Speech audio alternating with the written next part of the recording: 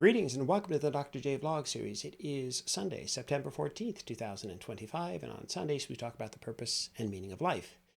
Quick shout out to my grade 6 teacher, who would be 92 today, and to Garreth Bush of Garreth Bush Music. If you need a singer for your wedding or just whatever your event might be, check out Garreth Bush Music. Maybe I'll put his link in the description below as well. All right, so purpose and meaning of life. The question this week is, do you believe in miracles? By definition, a miracle involves something, a phenomenon, an event that can't be explained by natural or scientific laws. We generally think of miracles not as occurrences that are natural, but rather as supernatural in nature. And the thing is as a scientist by trade, it's difficult for me to fully understand and grasp the nature of what would be a miracle, a true miracle. I'm always looking at the world in terms of cause and effect. I'm always looking for sources of explanation in the natural world, grounded in the laws of nature, you might say. And so how does one then account for things then that seem to defy our understanding of natural laws and physics, and shall we say, things that don't seem to have any observable causes? Well, by my definition, such events would be miracles. Okay? And if we were to later, to find out what the underlying causes were, the things that aren't currently known, well, the event in question would no longer be a miracle necessarily, right? It would have an explanation. So indeed, many things that we used to think of as miracles, we no longer consider to be the case, right? Because since then, we've been able to determine what are the underlying mechanisms at play, okay? And that is to say, many things that we used to think are attributable to a deity or to the supernatural or what have you, no longer fall into that realm because we know so much more from a scientific perspective. And yet there are still many things, aren't there, that seem to be incongruous, things that intrigue us, that seem to defy scientific explanations. And as such, we can then discuss the possibility of miracles. Okay, perhaps the most profound example would be the possibility of life after death. For me, that's one of the animating features of the purpose and meaning of life, quite frankly, a belief in the miracle, if you will, of an afterlife. Of course, many don't believe in such a possibility, especially if you're an atheist or if you don't believe in any type of supernatural beings or existence of any kind. So again, I don't have any proof, by the way, that could convince you otherwise if that's what you believe. That's fine. I'm not here to argue that point. Or unless until we come up with some kind of an explanation, scientifically that's to say, for the origins of the known universe, then that strikes me as another example of something that I consider to be miraculous. And so these are the two, in my view, the two great bookends of miracles with respect to life. What explains that which exists when there's nothing there or there's no universe, and cause something to come into being, something from nothing, that to me would be kind of miraculous.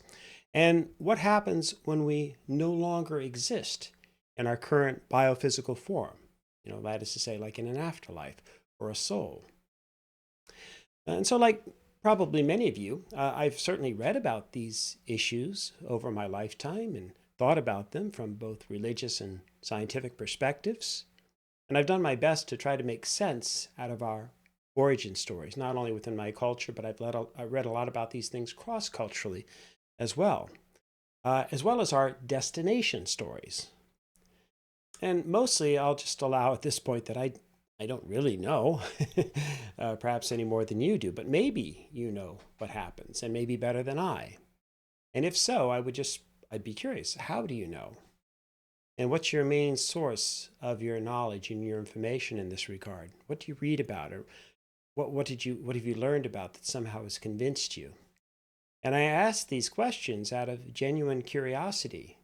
Okay, I'd really love to know. I think that would be really helpful if I could have a firmer grasp or understanding. And again, maybe some of you do. Now, in addition, though, there are also seemingly random and inexplicable events that apparently crop up from time to time while we're living our everyday lives. again, that defy rational explanation. So, for example, I'm not sure how or why some people appear to come back from life after being dead for several minutes or after being in a coma for several years or what have you. Although, again, there's presumably some kind of a biomedical explanation, even if we don't fully understand it.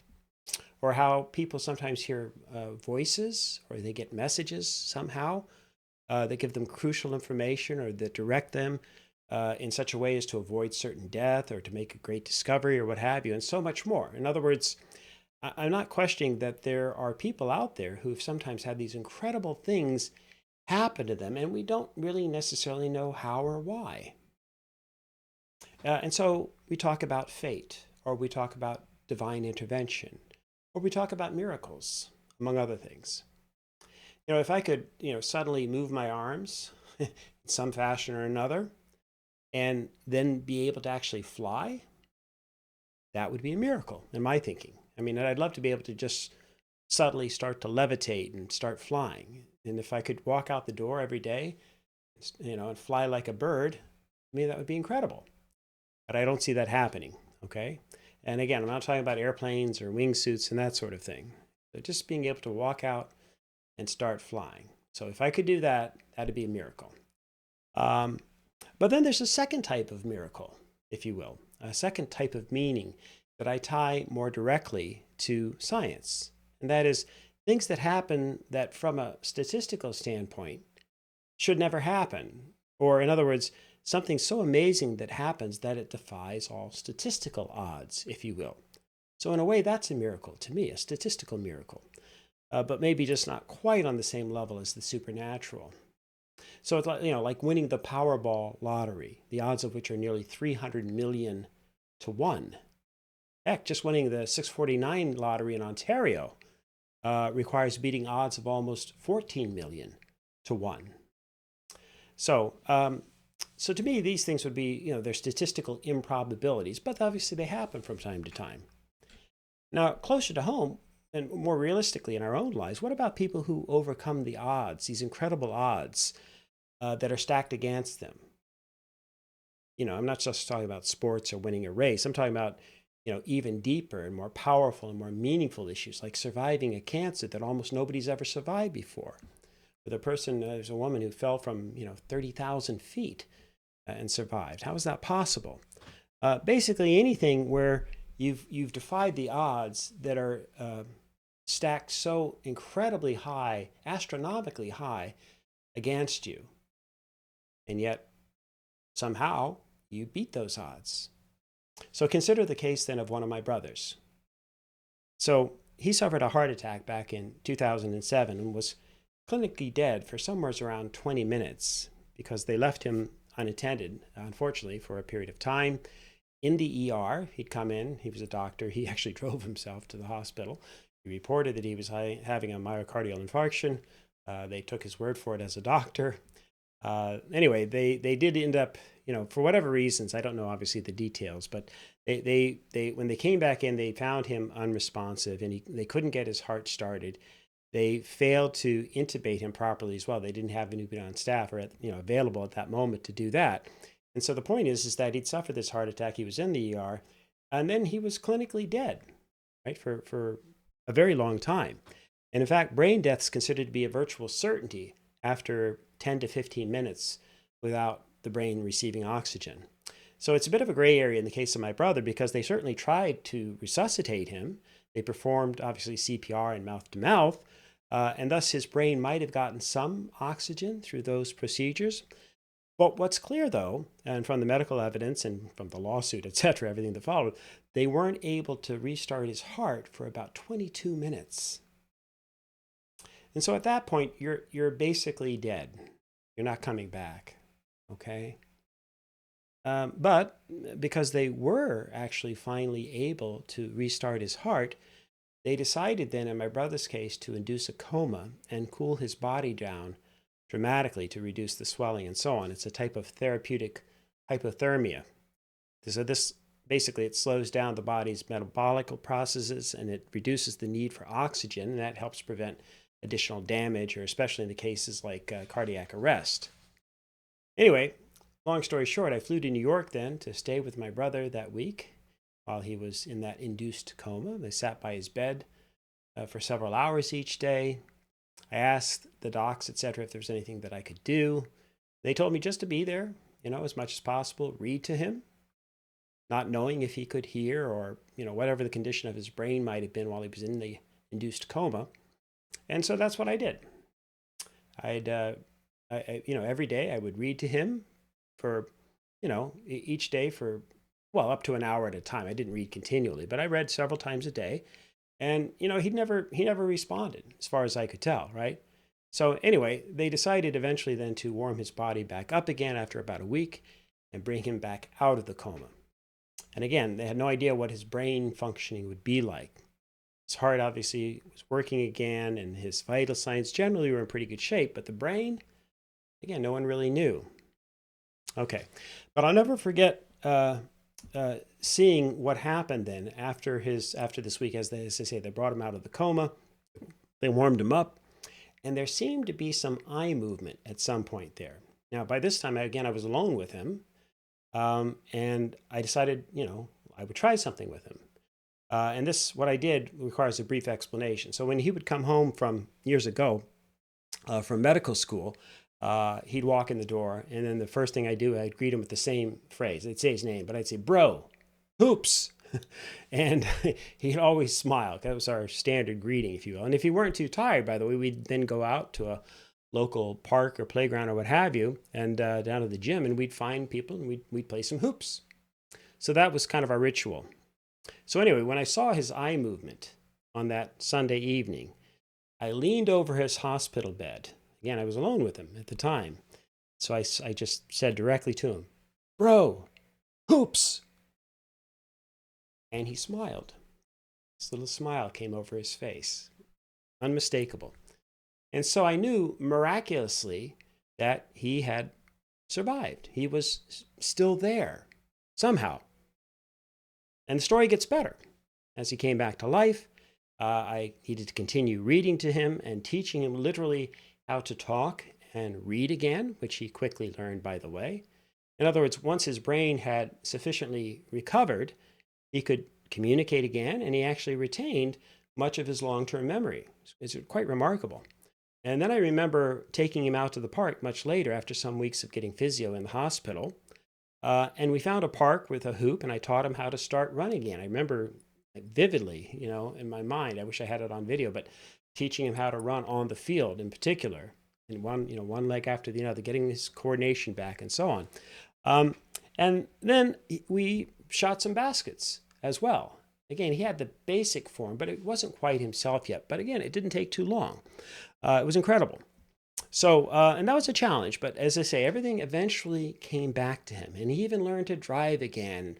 I remember going out with him at the time, shopping for a high-def TV and so forth, and talking about the technologies, etc., discussing the advantages and disadvantages, and it almost seemed kind of normal in some respects, right?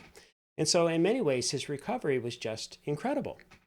If you didn't know him and you just met him for the first time, in fact, you'd probably not have suspected that he'd suffered this heart attack and what's known as a TBI, traumatic brain injury. But it wasn't all roses either.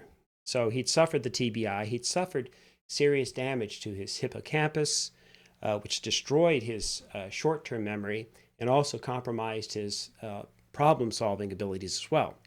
And so he could no longer practice medicine. His life changed completely in that sense. And he actually ended up then living with my mother for about the next 15 years or so. And he's still alive today, having recently celebrated his 70th birthday. And so that's a full 18 years of living after what was almost certain death back in 2007. And again, who knows how many years he might still have left, inshallah. So it's honestly the closest thing to a miracle then that I've ever seen personally in my life. Maybe you've seen a miracle or two as well in your lives. Feel free to share in the description below. And so I guess the question is then, well, what are these miracles or near miracles or incredible statistical improbabilities? What do these things tell us then about the purpose and meaning of life? Well, for me, a number of things, but I'll just mention a couple in particular. First and foremost, I'm reminded, of course, just how fragile and precious our time on this earth is, our lives are. We know that intellectually. We've all thought that at some point. But I feel it much more viscerally, especially in the aftermath of certainly losses of loved ones. And then when I see people like my brother survive almost certain death. And this was also, in my case, the pivotal event, if you will, in my adult life that got me thinking more. Well, I mean, having children is probably the most important, the single most important thing. But in terms of my recalibrating how I think about life, this was the pivotal event. Okay, it got me thinking much more about life forces and energy principles and so on. I'm not going to bore you with the details, but I'd always looked at the world, like historically, through much of my adult life, through a rather narrow scientific lens, if you will. And the change didn't happen overnight, but I gradually started to read even much more broadly than I always had in terms of the natural sciences, but also I returned to reading more literature and philosophy and so on. And in time, I actually came to look at the world through a whole new perspective, a new paradigm, if you will.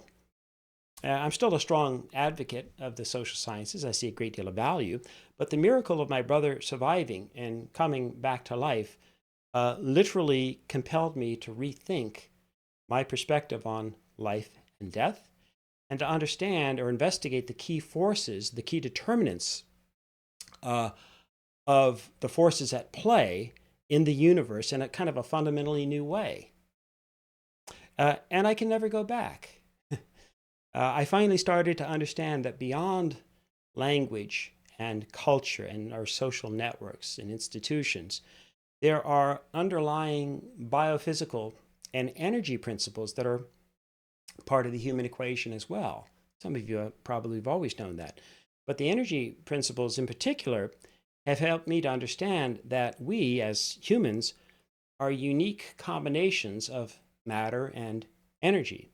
And we are, of course, constantly in various states of motion and change. And I've grown quite comfortable with these concepts, and they've influenced my thinking tremendously. And so the purpose and meaning of life are also, I think, believe it or not, connected to our current energetic states, which are forever in a state of flux, by the way, forever changing. And the key to our purpose and meaning of life ultimately, I think, boils down to how we organize and direct the energies that we have. Are we directing our energies in a manner that reaffirms life's principles and helps improve the lives of those around us and the conditions of our world? Are we busily out there just taking and harming and destroying? And of course, we're all capable of both to varying degrees. And so while we cannot necessarily cause miracles to happen, we can have greater or more positive effects on our world. And that seems to me to be kind of the prime directive. Okay, much more to say about these issues this week in different ways, and we'll be looking at miracles from all these different angles as we do each week with the Dr. J Vlog series. So tomorrow we'll be talking about mathematics and statistical probabilities with respect to miracles. So as ever, in the meantime, may you and yours continue to create peace in your lives, nurture love in your hearts, and dole out hugs in abundance. Peace.